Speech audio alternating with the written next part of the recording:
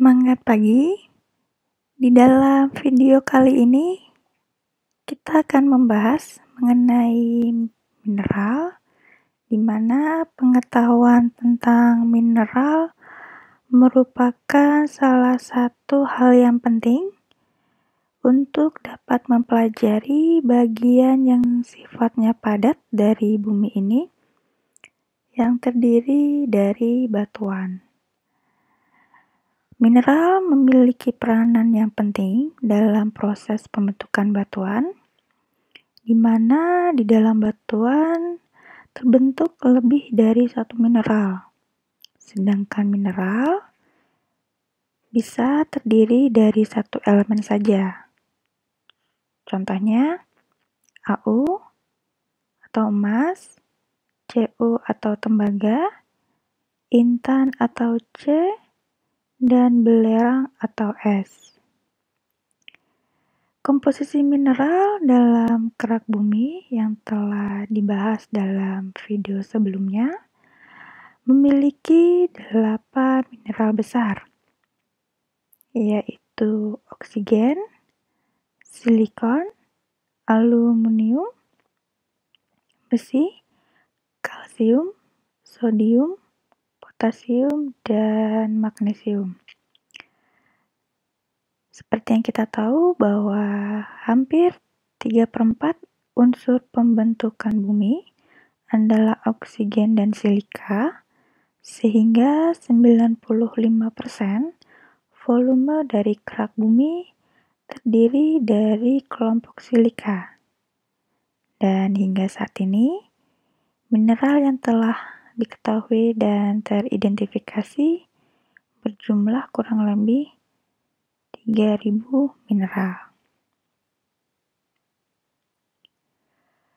Mineral memiliki definisi, yaitu suatu benda padat homogen yang terdapat di alam, terbentuk secara anorganik, mempunyai komposisi kimia dan batasan-batasan tertentu, dan mempunyai atom yang tersusun rapi.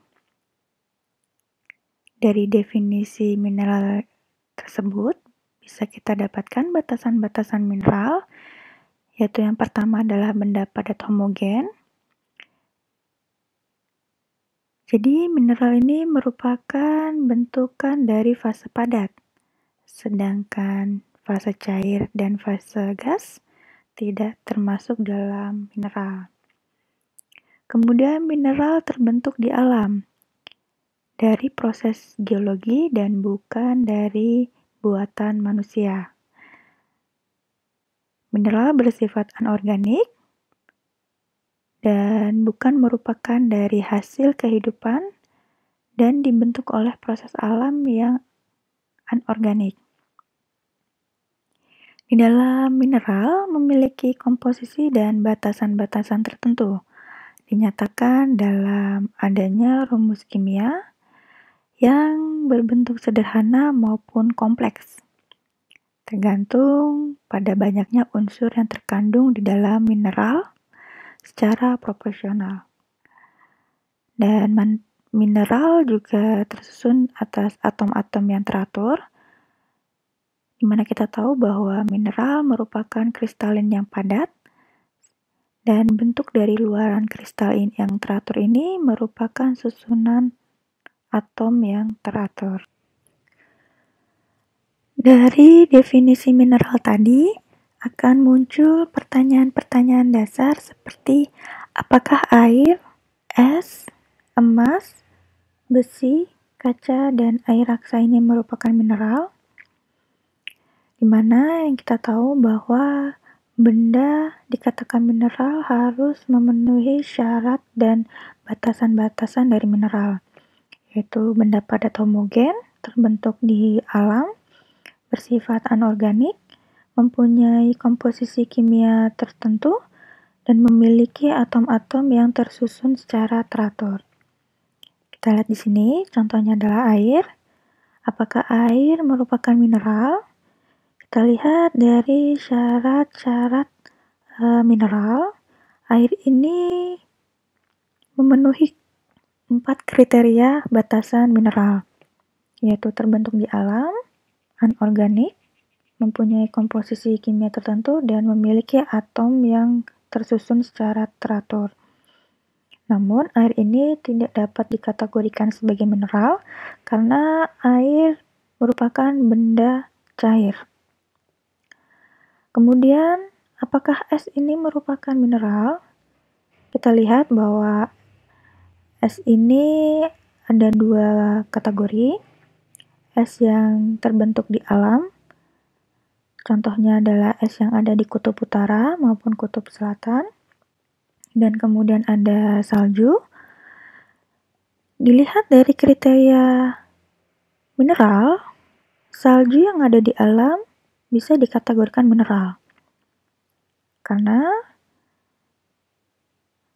es di alam merupakan benda padat homogen dan terbentuk secara alami dan bersifat anorganik, mempunyai komposisi kimia tertentu dan memiliki atom-atom yang tersusun secara teratur.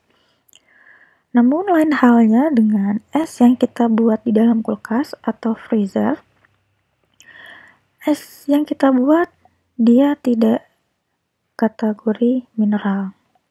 Karena walaupun es merupakan benda padat, mempunyai sifat anorganik, mempunyai komposisi kimia tertentu dan memiliki atom yang tersusun secara teratur, namun es yang ada di kulkas ini dia tidak terbentuk di alam, namun buatan manusia karena kita memasukkan air di dalam kulkas atau es sehingga dari fase cair menuju fase padat.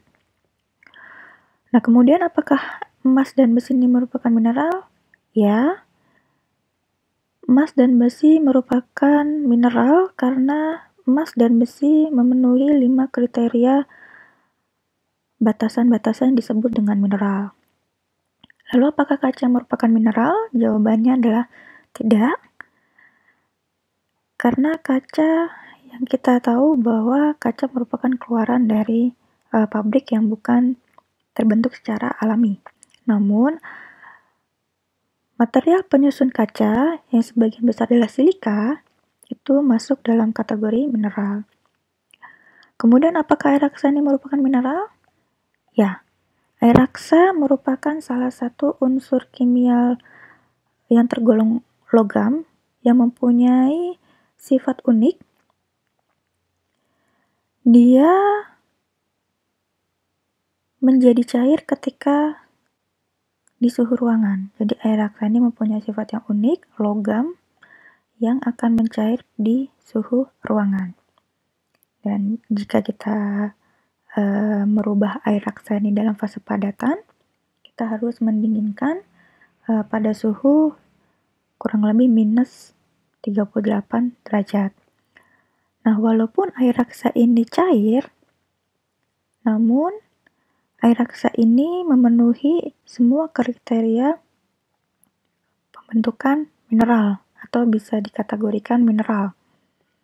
Walaupun air raksa ini bersifat cair. Untuk dapat mengenal suatu mineral, terdapat dua cara. Cara yang pertama adalah dengan mengenal sifat fisiknya yang terdiri dari bentuk kristal, berat jenis, bidang belah, warna, kekerasan, dan kilap. Kemudian ada pun cara yang kedua, yaitu dengan melakukan analisa kimiawi atau analisa difraksi sinar X. Namun cara ini pada umumnya sangat mahal dan memakan waktu yang relatif cukup lama. Kemudian kita akan bahas satu persatu mengenai sifat-sifat fisik mineral yang dapat dipakai untuk mengenal mineral secara cepat. Yang pertama dari bentuk kristal atau kristal form, di mana apabila suatu mineral mempunyai kesempatan untuk berkembang tanpa mendapatkan hambatan, maka suatu mineral mempunyai bentuk kristal yang khas. Namun, apabila dalam perkembangannya mineral tersebut mendapatkan hambatan, maka bentuk kristalnya pun akan terganggu. Setiap mineral akan mempunyai sifat bentuk yang khas yang merupakan perwujudan dari kenampakan luar yang terjadi sebagai akibat dari susunan kristal yang ada di dalamnya. Setiap kristal memiliki bentuk-bentuk yang unik, seperti yang kita lihat di dalam gambar. Contoh-contoh dari bentuk kristal antara lain ada triklin, monoklin, tetragonal, ortorombik, heksagonal, kubik, trigonal, dan lain-lain. Secara detailnya nanti akan kalian pelajari di mata kuliah mineralogi dan petrologi. Namun, gambaran secara umum dapat kita lihat di dalam gambar bagaimana bentuk-bentuk dari kristal mineral. Untuk dapat menggambarkan bagaimana suatu benda padat yang terdiri dari mineral dapat membentuk kristal yang khas, kita contohkan suatu cairan panas yang terdiri dari unsur natrium dan klorid.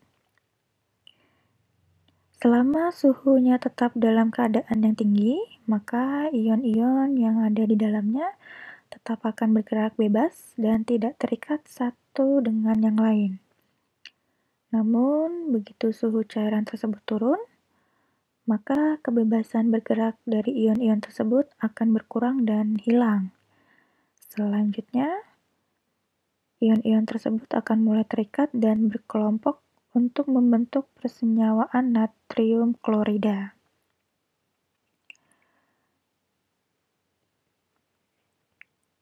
Sifat fisik berikutnya adalah berat jenis, atau disebut juga dengan specific gravity. Specific gravity atau berat jenis ini merupakan perbandingan relatif antara massa jenis suatu zat dengan massa jenis air murni.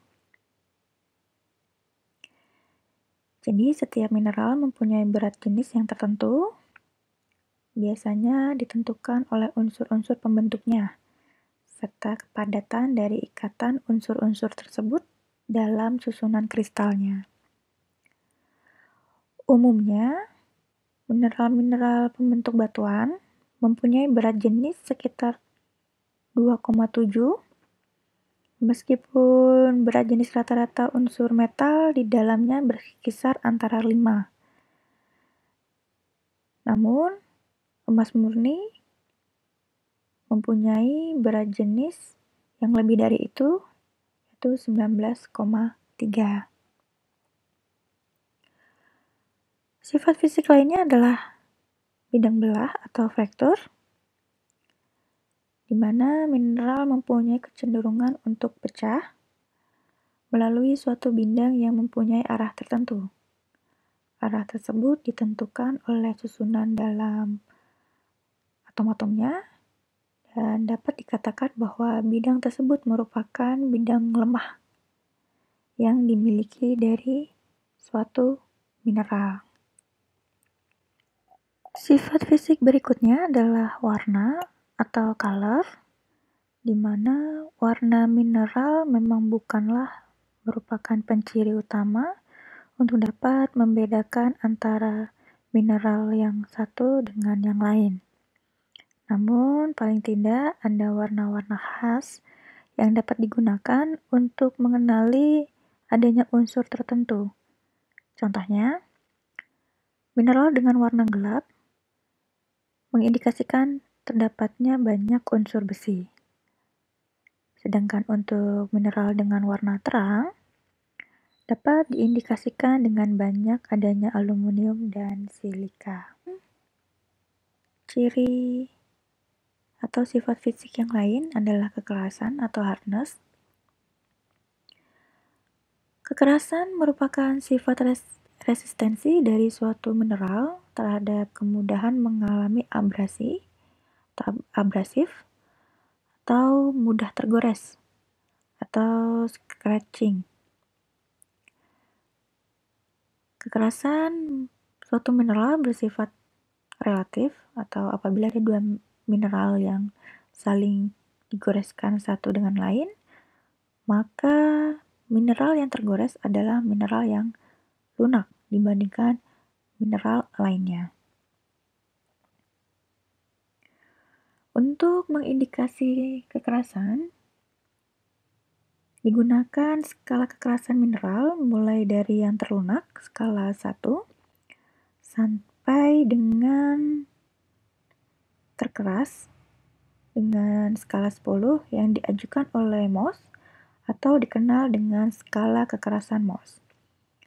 Kita lihat di tabel bahwa kekerasan 1 itu dimiliki oleh mineral talc, kemudian kekerasan 2 ada gypsum, 3 kalsit, 4 fluorit, 5 apatit, 6 ortoklas, 7 quartz, 8 topas, 9 korundum, dan 10 diamond. Sifat fisik mineral selanjutnya adalah goresan pada bidang atau streak, di mana beberapa jenis mineral mempunyai goresan pada bidangnya, seperti pada mineral kuarsa atau pirit yang memiliki goresan pada bidang yang sangat khas dan sangat jelas. Sifat fisik yang lain ada kilap atau laser, di mana kilap merupakan kenampakan atau kualitas pantulan cahaya yang terjadi di permukaan suatu mineral. Di sini kilap dibagi menjadi dua jenis, yaitu kilap logam dan non-logam, di mana kilap non-logam terdapat pada kilap mutiara, kilap gelas, kilap sutra, kilap resin, dan kilap tanah. Adapun cara yang kedua untuk mengenali suatu mineral, kita dapat lakukan dengan menganalisis sifat kimiawinya. Berdasarkan senyawa kimiawi mineral dapat dikelompokkan menjadi mineral silika dan non-silika. Mineral non-silika merupakan kelompok mineral yang unsur pembentukannya bukan dari silika dan oksigen, seperti dalam mineral silika. Kelompok mineral non-silika ini ditemukan hanya kurang lebih 8% dari kerak bumi dan termasuk dalam sumber daya yang sangat berharga. Mineral non-silika ini dipisahkan dalam 8 kelompok, yaitu kelompok oksida yang mempunyai anggota hematit, magnetit, korundum, kromit, dan ilmenit. Sedangkan untuk kelompok sulfida terdiri dari galena, sphalerite, pirit, chalcopirit, bornit, dan kanabar. Kemudian kelompok sulfat terdiri dari gypsum dan aniderit dan barit. Kemudian untuk kelompok native element terdiri dari gold, copper, diamond, sulfur, grafit, silver, dan platinum. Kemudian untuk kelompok halit terdiri dari halit, fluorit, dan silfit. Untuk karbonat terdiri dari kalsit, dolomit, malasit, dan azurit. Kemudian untuk kelompok hidroksida terdiri dari limonit dan bauksit. Dan fosfat terdiri dari apatit dan turquoise. Untuk mineral silikat, yang kita tahu bahwa hampir 90% mineral pembentuk batuan berasal dari kelompok ini, yang merupakan persenyawaan antara silikon dan oksigen serta beberapa unsur metal. Karena jumlahnya yang besar, hampir 90% dari berat kerak bumi yang terdiri dari mineral silikat, dan hampir 100% dari mantel bumi sampai kedalaman 2.900 km dari kerak bumi.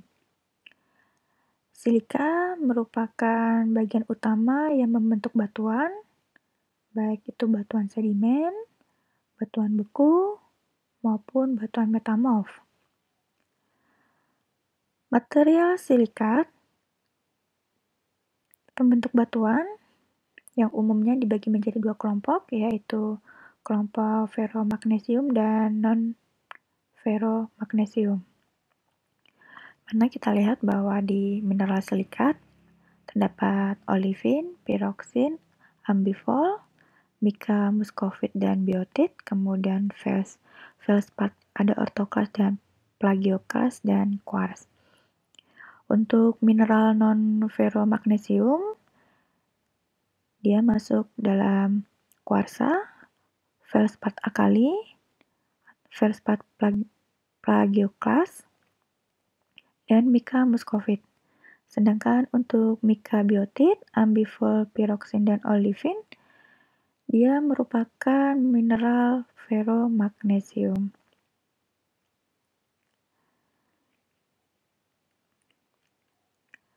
Kemudian mineral oksida terbentuk dari persenyawaan langsung antara oksigen dan unsur tertentu. Susunannya lebih sederhana dibandingkan silikat, dan umumnya mineral oksida ini lebih keras dibandingkan mineral-mineral lainnya, kecuali sulfida. Unsur yang paling utama dalam mineral oksida adalah besi, krom, mangan, timah, dan aluminium. Beberapa mineral oksida yang paling umum adalah S atau H2O, korundum, hematit, dan kasiterit. Kemudian untuk mineral sulfida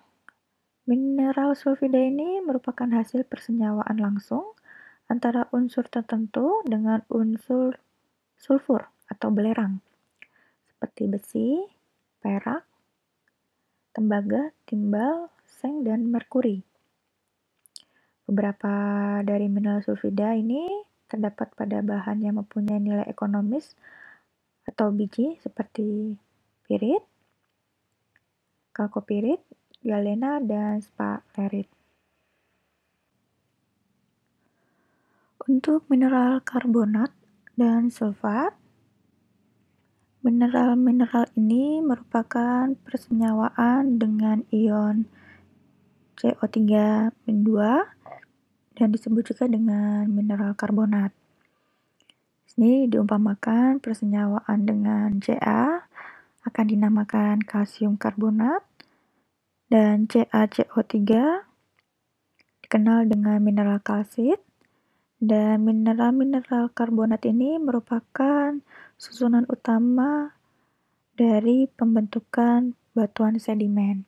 Contohnya adalah kalsit, batu gamping, shale atau batu sepih, batu pasir, dan konglomerat. Ini merupakan tugas keempat. Silakan kalian cari dan deskripsikan sifat fisik dan unsur kimiawi dari masing-masing anggota mineral, dari mineral non-silika, silikat, oksida, sulfida, karbonat, dan sulfat. Sebagai contoh misalnya, anggota mineral non-silika ada kelompok native elemen. Di dalam native elemen ini terdapat beberapa anggota kelompok. Kalian deskripsikan sifat fisik mulai dari bentuk kristal, warna, berat jenis, kilap, dan lain-lain, serta kalian tambahkan unsur kimiawinya. Akan lebih bagus jika kalian tambahkan dengan gambar. Untuk ketentuan pekerjaan, silakan kalian lihat di LMS. Dan untuk pengumpulannya, seperti biasa, kalian dapat submit di LMS sesuai dengan format yang ada. Sekian dari saya. Jika ada yang ingin ditanyakan, silakan kalian komen di kolom komentar. Dan sampai bertemu di video pembelajaran selanjutnya.